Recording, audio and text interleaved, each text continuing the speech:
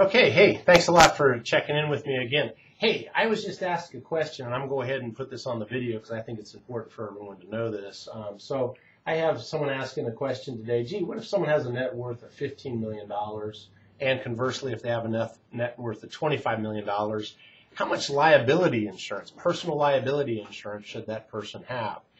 So typically, I would start with an average business owner that owns a business and say, okay, you have this risk, and what is your potential loss, and we try to figure it out.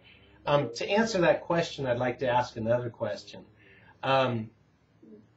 What if you ran into somebody that's 35 years old, earning just $30,000 a year, and you disable them? They've become paralyzed, light accident, barely nicked your car, but just the way it hit them, it hurt that person and they can't work anymore. $30,000 a year for 30 years is $900,000 in just loss of income, right? Now we get to reduce that to the current value of a future payments, because we're going to make yearly payments to that person to replace it, so we'll discount it. We also got to inflate it for inflation and job things. Plus we got pain and suffering, loss of mobility. What do you think that one person being injured is worth? Do you think $1 million, or would $3, $4, $5, $6 million be more in line? Probably $5, $6 million is more in line. I always ask my clients this though: what's the most important thing to that person in the moment that they're injured? If they're a family person, maintaining the family house, keeping the children in school, maintaining the lifestyle of the family, and then having enough money to continue on. Because here's the one thing I have to say: you can never, ever buy enough insurance to pay for all possible things. As an example, let's say we had a $25 million umbrella for a person with net worth of $25 million, and they get drunk one night, and there's a school bus crossing with 20 kids in the school bus crossing, and they just plow them over. What do you think that's going to cost?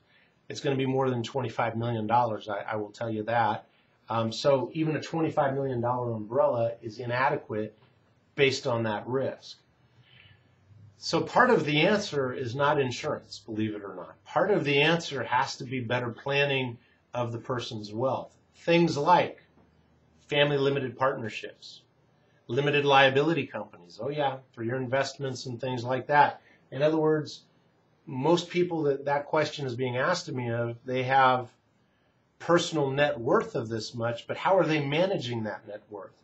I have clients that have 30, 40, 50, I'm thinking of one with almost 300 single-family homes as rental units. Depending on how they manage that, if they're managing and owning that individually, they risk their entire fortune on that. If they hunk it down into several LLCs, maybe 10 at a piece, they got 30 LLCs, yeah, that cost them a little bit of money to do that, but with 30 LLCs, the most they could lose is 10 houses in that LLC at once for those larger lawsuits. What about a family limited partnership? You know, the limited partnership, it has some estate planning help. It allows you to train your children, but also there is some asset protection. What about a corporation? Asset protection. So the simple answer is how much liability somebody needs. You need enough liability for that person or group of people that you've injured to minimally maintain their lifestyle and pay for some of their pain and suffering and lack of mobility and things like that. Because here's the deal: the bird in the hand worth two in the bush, right?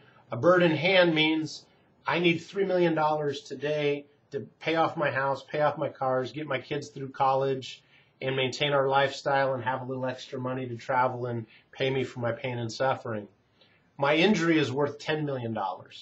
So, but the insurance company will settle today for $3 million, or I can go to court 18, 24 months in appeals, and then I got to cash out the person, and I might be able to get my $6 million by, taking the person's profit sharing and such like that, and their 401ks and all those things. But that's 18 to 24 months down the road. In that period of time, the person's going to lose their house, disrupt their family and things. So the answer is, unfortunately, you got to have enough insurance to pay somebody so they can maintain their dignity and their lifestyle, and you can feel morally correct, where you can actually stop and say, boy, I'm sorry I hurt this person, and not be afraid to say that, because if you say that, they're going to sue you more. Now, I know that's not good legal advice. I get it. I'm not an attorney. I'm just a person.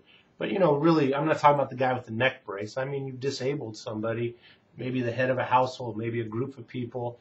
They deserve to be compensated, just like you would want to be compensated. So I also tell people, let's pick someone with $25 million net worth. And I say, okay, you're living in a neighborhood.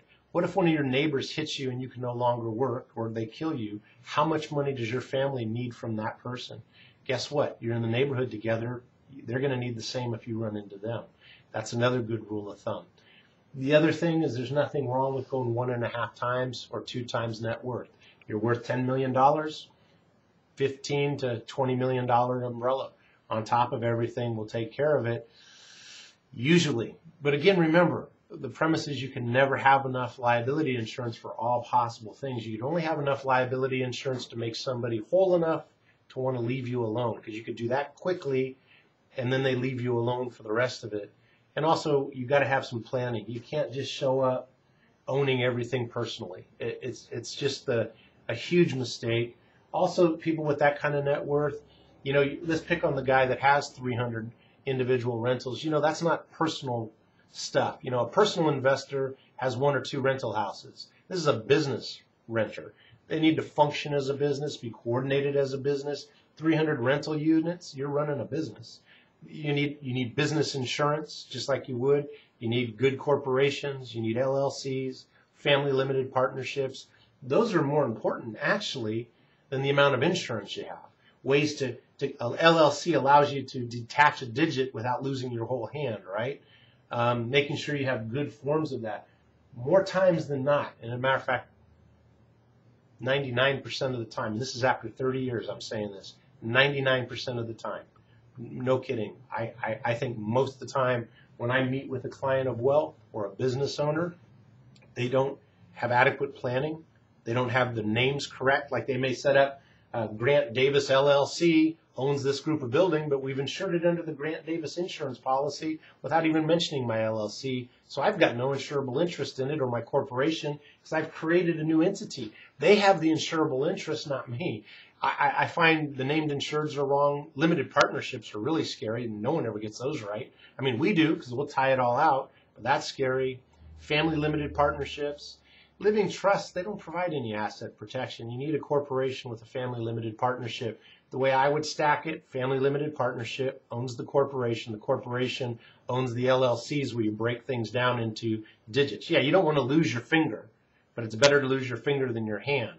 So the LLCs are like fingers. Your hand is the corporation. The arm is your family limited partnership. The body is you individually. So ideally, you lose a digit or part of a digit. You might lose a hand. If you lose the arm, we're in trouble, but you protected the body, if that makes sense to you. So adequate limits are important, very inexpensive. A $25 million umbrella is nothing to somebody whose net worth is $25 million. Conversely, a $5 million umbrella costs $600 or so a year for someone that's worth $2 to $3 million net worth. It's not very much, but again, I want to emphasize and repeat myself. More important than the umbrella question I just got is good planning. Make sure you have good planning and you've done things right. And if you got business activities, insure them as such. Get the right kind of coverage, the right named insureds, and the right planning. Give us a call or call your GDI broker. We know what we're doing. We know how to do this. We're happy to work with your CPAs and your attorney, your legal counsel. We're very good at this, and we're happy to talk with them and make sure that you're protected properly. Thank you so much.